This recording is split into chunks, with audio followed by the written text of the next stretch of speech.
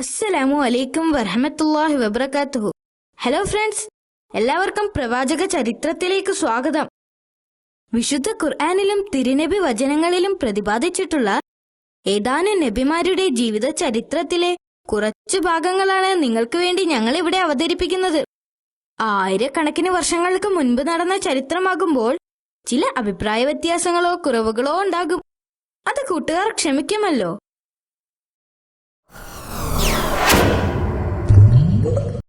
Bismillah. Prophet സക്കരിയ അലൈഹിസ്സലാം. ഉസൈർ നബി അലൈഹിസ്സലാമിന്റെ വഫാത്തിനു ശേഷം വർഷങ്ങൾ കഴിഞ്ഞു.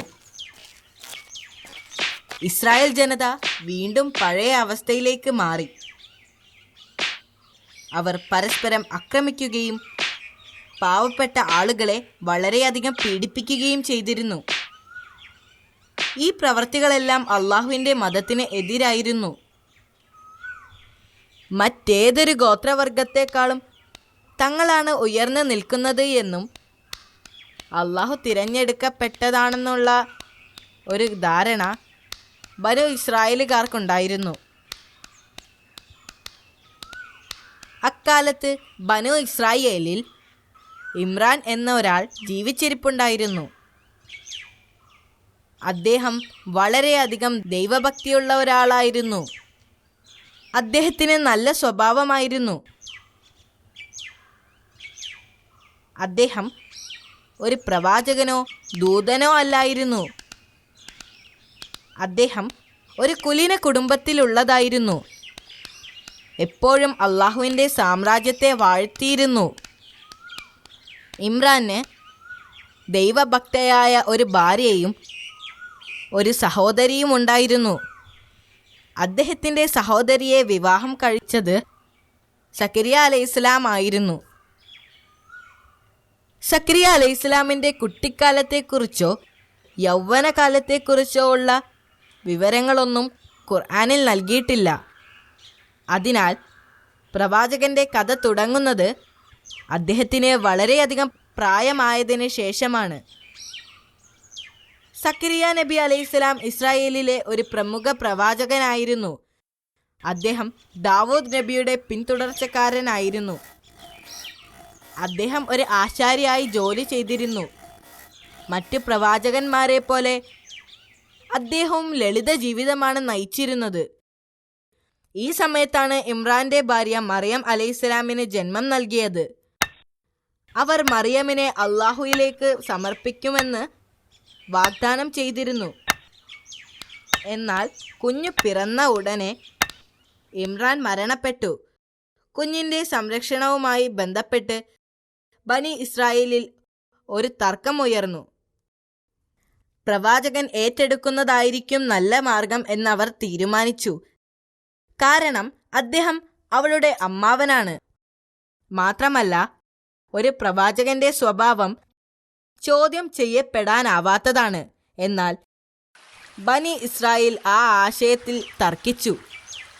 ഇമ്രാന്റെ മകളെ വളർത്തുന്നതിൽ എല്ലാവർക്കും അഭിമാനമായിരുന്നു. അവസാനം ഈ വിഷയത്തിൽ എല്ലാവർക്കും സമ്മതമായ ഒരു തീരുമാനമെടുക്കാൻ ആളുകൾ സമ്മതിച്ചു. പ്രവാചകൻ മാത്രം ഒന്നും മിണ്ടാതെ മാറി നിന്നു. രക്ഷാധികാരിയാകാൻ ആഗ്രഹിക്കുന്ന ആളുകൾ അവരുടെ പേരുകൾ തടികൊണ്ടുള്ള പേനകളിൽ എഴുതി ഒരു പാത്രത്തിൽ ഇട്ടു. എന്നിട്ട് ഒരു കുട്ടിയോട് ആ പെട്ടിയിൽ നിന്നും ഒരു പേന എടുക്കാൻ ആവശ്യപ്പെട്ടു. ആ കുട്ടി തിരഞ്ഞെടുത്ത പേര് സക്കരിയ നബി അലൈഹിസ്സലാമിൻ്റേതായിരുന്നു. എന്നാൽ ജനം സന്തുഷ്ടരായിരുന്നില്ല. അവരിൽ പലരും അതൊന്നുകൂടെ ആവർത്തിക്കാൻ ആവശ്യപ്പെട്ടു. തവണ അവർ അവരുടെ പേരെഴുതി പേനകൾ പുഴയിലേക്കെറിഞ്ഞു. ഒഴുക്കിനെതിരെ നീങ്ങുന്ന പേനയുടെ ആൾ മറിയമിൻ്റെ സംരക്ഷകനായിരിക്കുമെന്ന് അവർ തീരുമാനമെടുത്തു. അത്ഭുതം! എല്ലാവരുടെ പേനയും നദിയുടെ ഒഴുക്കിനനുസരിച്ച് ഒഴുകിപ്പോയി. എന്നാൽ പ്രവാചകന്റെ പേന മാത്രം ഒഴുകിപ്പോവാതെ അവിടെ നിന്നു. എന്നാൽ ജനങ്ങൾ ഇതുകൊണ്ട് സന്തുഷ്ടരായിരുന്നില്ല. അവർ ഒരിക്കൽ കൂടി ഇത് ആവർത്തിക്കുവാൻ ആവശ്യപ്പെട്ടു. ഇത്തവണ അവരാവശ്യപ്പെട്ടത് ഒഴുക്കിനനുസരിച്ച് ഒഴുകുന്ന പേനയുടെ അവകാശിയായിരിക്കും വിജയിക്കുന്നത് എന്നാണ്. അവർ അവരുടെ പേനകൾ നദിയിലേക്ക് എറിഞ്ഞു. വീണ്ടും പ്രവാചകൻ വിജയിച്ചു. പ്രവാചകന്റെ പേന ഒഴുക്കിനനുസരിച്ചും മറ്റുള്ളത് വിപരീത ദിശയിലും നീങ്ങി. അത് അള്ളാഹുവിൻ്റെ അനുഗ്രഹമാകുന്നു. ജനങ്ങൾ പലതും ആസൂത്രണം ചെയ്യുന്നു, പക്ഷേ അള്ളാഹു ഉദ്ദേശിച്ചതെന്താണോ അത് നടപ്പാക്കുന്നു. മറ്റു മാർഗങ്ങളൊന്നുമില്ലാതെ പ്രവാചകന് മറിയമിൻ്റെ സംരക്ഷണം ഏൽപ്പിച്ചു കൊടുത്തു. മറിയമും അള്ളാഹുവിൻ്റെ വിശ്വസ്ത അനുയായിയായി വളർന്നു. അവർ കുട്ടിയായിരുന്നപ്പോൾ തന്നെ എപ്പോഴും പ്രാർത്ഥനയിലായിരുന്നു. അവർ ആളുകളിൽ നിന്നകന്ന് ഒറ്റയ്ക്കാണ് താമസിച്ചിരുന്നത്. ഈ കൊച്ചു പെൺകുട്ടിക്ക് ഒരു മാന്ത്രിക ശക്തി ഉണ്ടായിരുന്നു. ഓരോ തവണയും പ്രവാചകൻ അവരുടെ അടുത്ത് ചെല്ലുമ്പോൾ അവർക്ക് ചുറ്റും സമൃദ്ധമായ പഴങ്ങൾ ഉണ്ടായിരുന്നു.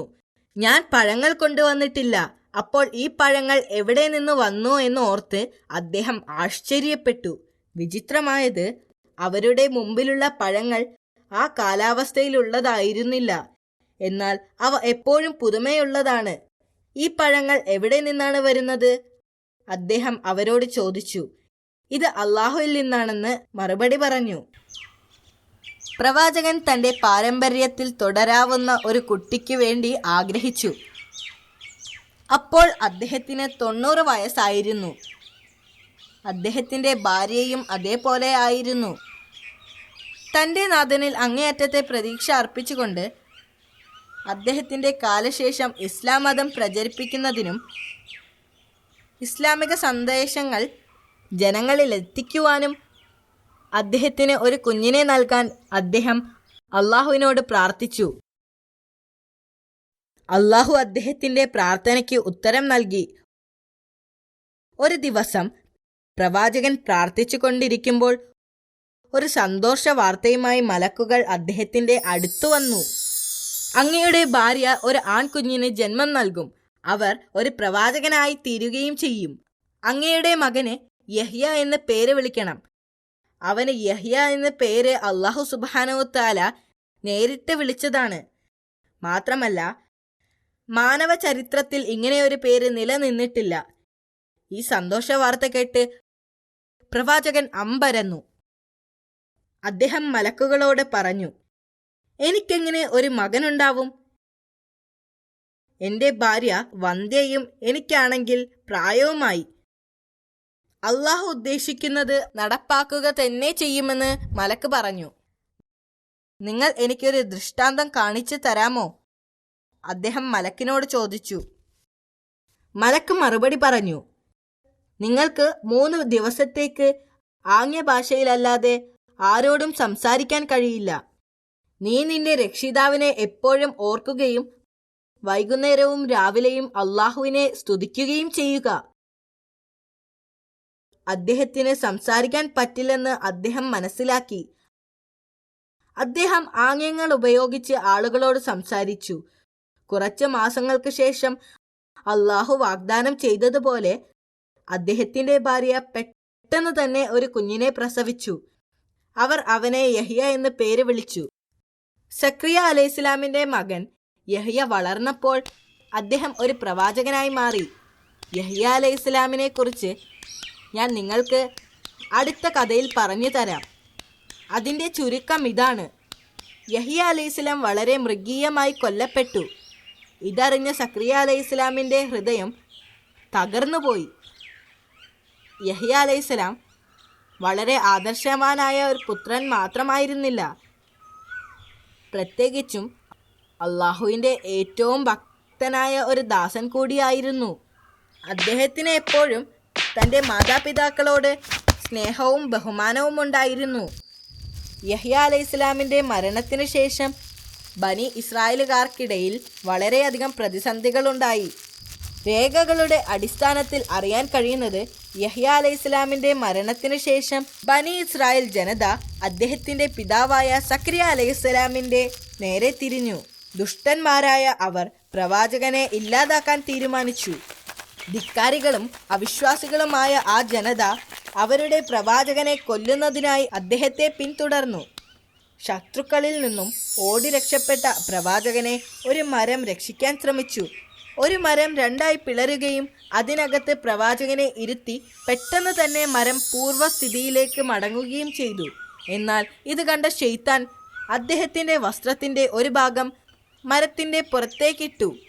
അങ്ങനെ പ്രവാചകൻ മരത്തിനകത്തുണ്ടെന്ന് മനസ്സിലാക്കിയ ശത്രുക്കൾ ആ മരത്തിനെ കത്തിച്ചു കളഞ്ഞുവെന്നും ആ മരത്തിനെ പല കഷ്ണങ്ങളായി വെട്ടിമുറിച്ചുവെന്നും രണ്ട് അഭിപ്രായങ്ങളുണ്ട്.